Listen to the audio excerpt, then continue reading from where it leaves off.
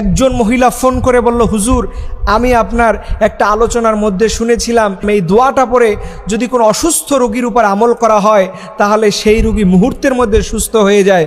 হুজুর আমার স্বামী দীর্ঘ 17টা বছর যাবৎ তিনি অসুস্থ ছিলেন, এই অসুস্থ থাকার পরে তার লম্বা সময় গেছে, কোনো ডাক্তার তার ট্রিটমেন্ট করে সুস্থ করতে পারে নাই, কত চিকিৎসকের কাছে গেলাম কোনো সুস্থতা পেলাম না, কত কবিরাজের কাছে গেলাম সুস্থতা পেলাম না, কিন্তু আমি যখন আপনার আলোচনা শুনে আমি এই দোয়াটা পরে বারবার আমি যখন আমার স্বামীর পেটের মধ্যে ফু দিতাম, আমি যখন জারফুক করতাম, দেখা গেছে আস্তে আস্তে করে আজকে বেশ কিছুদিন যাবৎ আল্লাহর মেহেরবানিতে তার পেটের সেই সমস্যাটা চলে গেছে।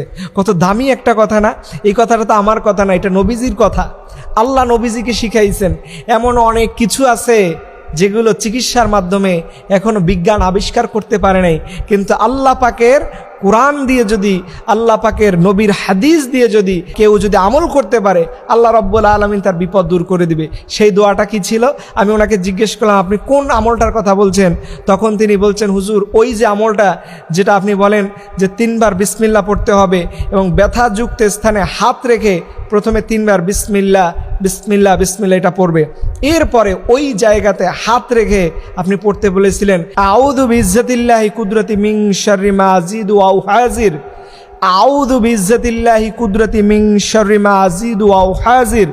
এই দোয়াটা আপনি কিভাবে পড়বেন? 3 বার বিসমিল্লাহ পড়বেন এবং ওই জায়গাতে হাত ধরে রাখবেন এবং ওইখানটাতে বারবার কর গুনে গুনে আপনি 7 বার পড়বেন আউযু বিইজ্জাতিল্লাহি কুদরতি মিন শাররি মা আজিদু ওয়া হাজির, আউযু বিইজ্জাতিল্লাহি কুদরতি মিন শাররি মা আজিদু ওয়া হাজির।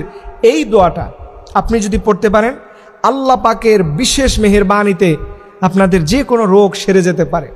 অনেক নারীদের দেখবেন হাঁটুতে ব্যথা, অনেক নারীদের দেখবেন কোমরে ব্যথা, মেরুদণ্ডের হাড় ফাঁক হয়ে গেছে, কোনো ডাক্তার চিকিৎসা করে তার সমাধান করতে পারে না। আমি আপনাকে বলবো, আপনার মা যদি অসুস্থ হয় দোয়াটা শিখবেন, আপনার স্ত্রী যদি অসুস্থ হয় দোয়াটা শিখবেন, এরপরে হাত রেখে ওই ব্যথাযুক্ত স্থানে হাত রেখে এরপরে আপনি আমলটা নিয়মিত করুন।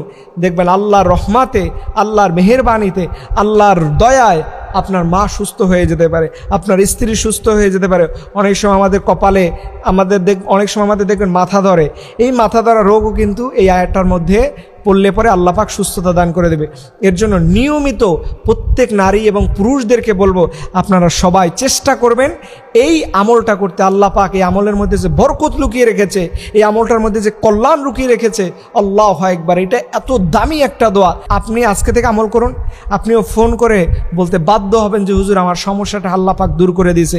তবে মনে রাখবেন, কোরআনের দোয়া, হাদিসের দোয়া করার আগে ইয়াকিনটা পরিষ্কার করে নেবেন, বিশ্বাসটা পরিষ্কার করে নেবেন। যে বান্দা বান্দির ইমানটা পরিষ্কার থাকে, ইয়াকিনটা পরিষ্কার থাকে, বিশ্বাসটা স্বচ্ছ থাকে, আল্লাহ পাক তার দোয়া কবুল করে। আর যদি মনে করেন হুজুর কইছে কি দোয়া টোয়া জানি না, তাহলে কোনো দিন এটার ফলাফল আপনি পাবেন না।